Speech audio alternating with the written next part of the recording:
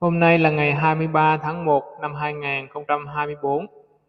Hôm qua, Ngài Thiền Sư đã giảng cho tất cả quý vị nghe về tâm định.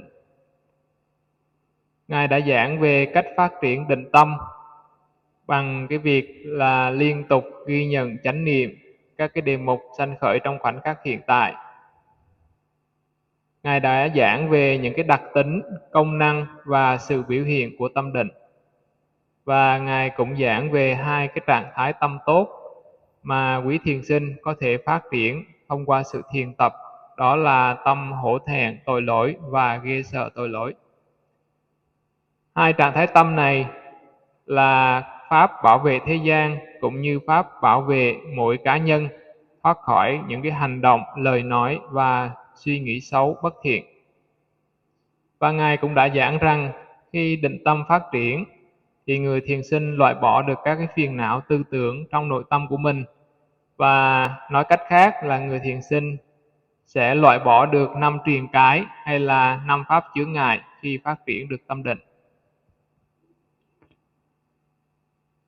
Five hindrances. I talked briefly yesterday. Five hindrances halt or hinder in our practice in order to not to improve our meditation. Especially it halts to not to especially they halt in development of wisdom, knowledge. Because if hindrances if hindrances are present, our vision can't be clear. It remains unclear, it remains dark, it remains blur when the hindrances are present.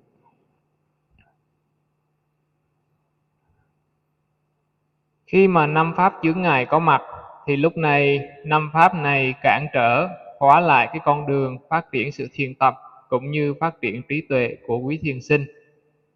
Thì khi mà những pháp chướng ngại có mặt thì nó ngăn cản cái tầm nhìn, làm cho cái việc thực tập trở nên không có rõ ràng và mờ mịt.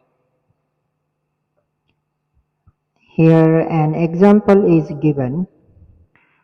Let's say we are going to look our own face into water, and the water is full of color, different kind of color. The water is color. So the red color or the blue color, any color is there in water.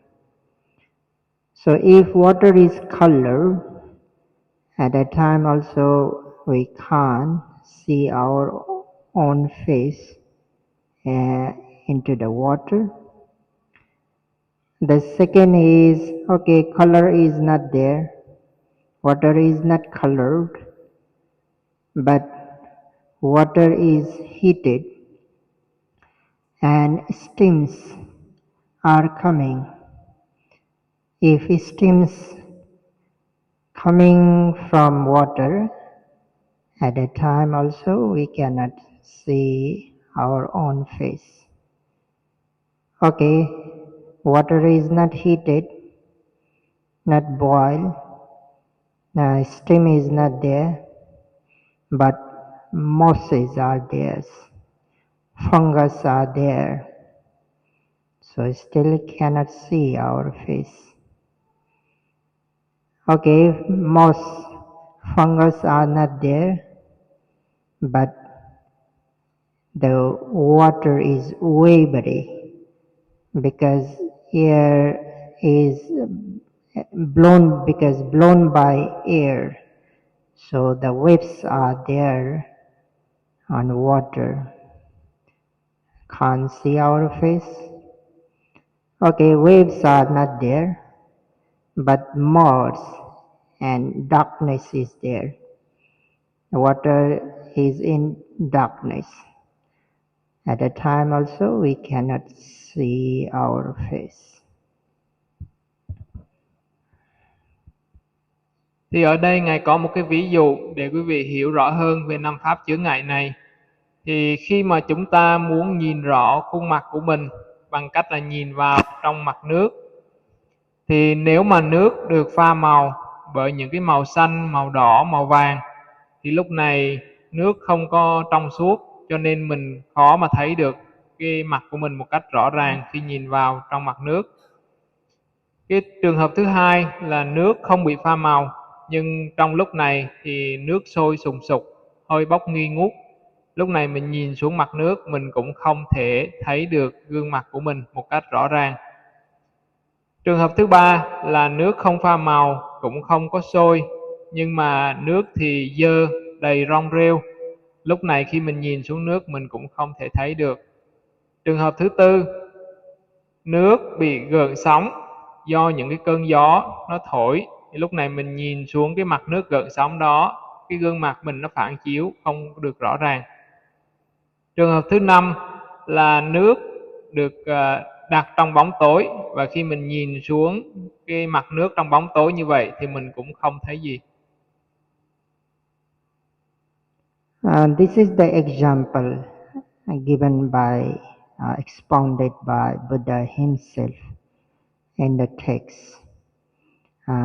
These 5 things, color, the steam, moss, waves, and mud and darkness, are the metaphor or the example of the 5 hindrances.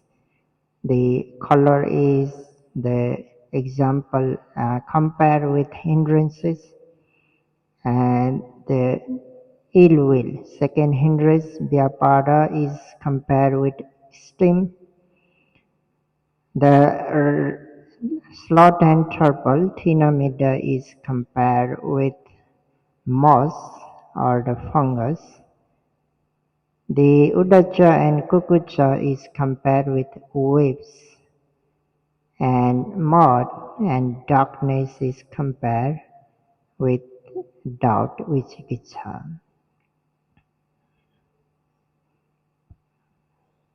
Thì cái ví dụ này được chính Đức Phật đưa ra và được ghi lại trong kinh điển.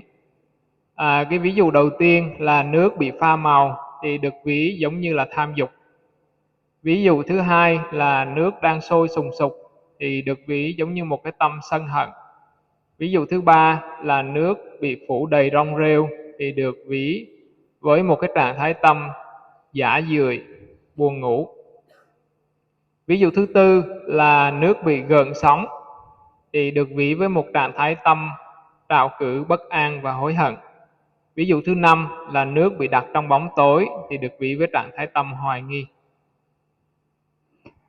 And this discourse is expounded by Buddha when a Brahmana means who recite the Vedas, who worship the god Brahma, who recite, who chant the Vedas, 3 Vedas. So that one Brahmana asks to Buddha that we Brahmins, sometimes we Brahmana have to recite or chant the Vedas every day. When we recite Vedas, at times we recite again and again, day and night we recite, but still we can't understand anything, though we recite day and night.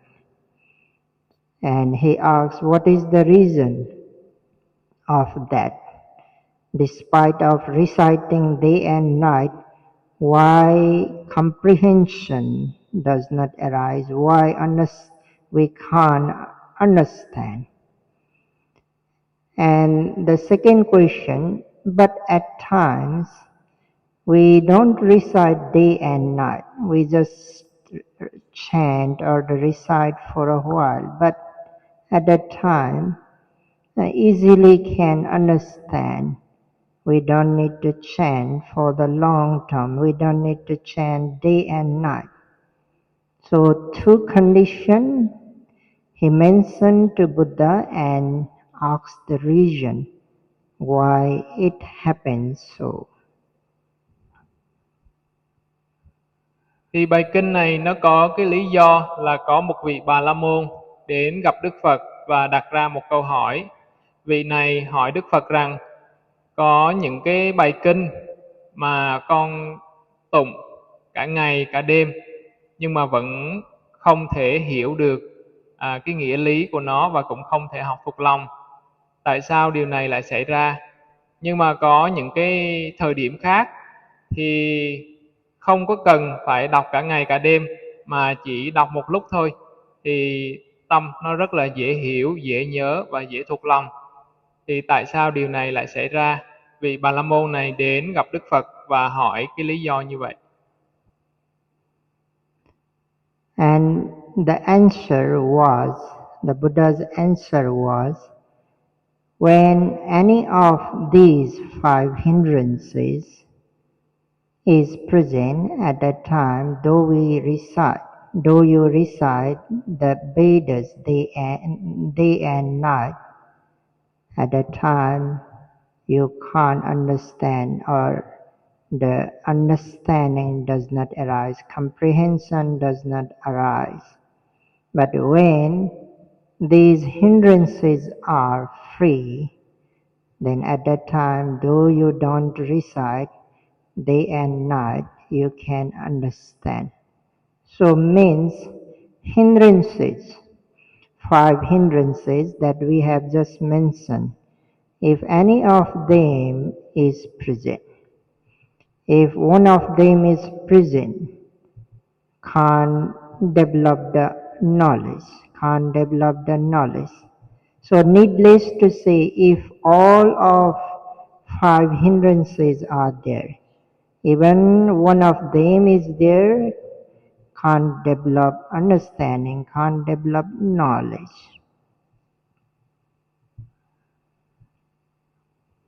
Thì Đức Phật mới trả lời vị Bà La Môn rằng bất cứ khi nào mà tâm có xuất hiện một trong năm cái chướng ngại tâm này thì dù một người có tụng đọc một cái bài kinh cả ngày và đêm thì cũng khó mà hiểu được, cũng khó mà ghi nhớ được. Nhưng khi một người không có năm cái trạng thái tâm chướng ngại này thì dù đọc trong một thời gian ngắn thì cũng dễ dàng hiểu được ý nghĩa và dễ dàng ghi nhớ được bài kinh.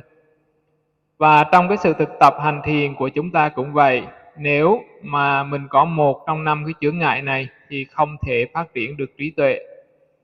Và sẽ như thế nào nếu mà có đầy đủ cả năm chướng ngại? And at that time, Buddha gave this metaphor that we have just mentioned. If the water is not clean, if any of these five things is there, then we cannot see our face into water. Similarly, the knowledge cannot arise. But if these five pollutions are not there in water, then we can reflect our face into the water. Và lúc này Đức Phật cũng đưa ra 5 cái ví dụ để người Ba La Môn được hiểu rõ về 5 cái chướng ngại này. Thì khi mà nước có 5 cái chướng ngại này như là màu sắc, nước bị sôi, nước bị rong rêu, nước bị gợn sóng hay là nằm trong bóng tối thì không thể thấy được cái gương mặt mình một cách rõ ràng. Nhưng mà khi nước trong suốt và yên tĩnh thì lúc này một người có thể nhìn vào đó và phản chiếu cái gương mặt mình một cách rất rõ ràng.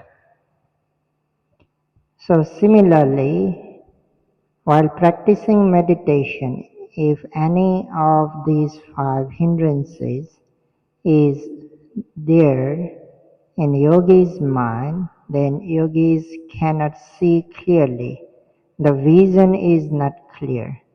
A very simple example we can take here: when we look at the mirror, if mirror is dirty, if mirror is full of dust, we can't see our face. We cannot reflect our face at mirror. Similarly, if hindrances are present, we cannot, the vision is not clear, hence we cannot develop the knowledge. Thì cũng tương tự như vậy, khi chúng ta thực tập hành thiền mà dù có một trong 5 chướng ngại nó xuất hiện trong tâm lúc mà người thiền sinh thực tập, thì người thiền sinh sẽ không thể có được cái tầm nhìn nó rõ ràng, cho nên mình quan sát cái đề mục nó không có rõ ràng.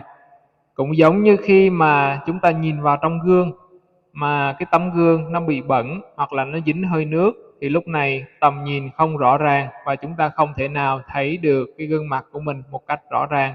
Thì cũng vậy, khi tâm bị một trong các cái chướng ngại tâm này nó che mờ, thì lúc này trí tuệ cũng bị che mờ và không thể sanh khởi. As Buddha mentioned in the discourse, though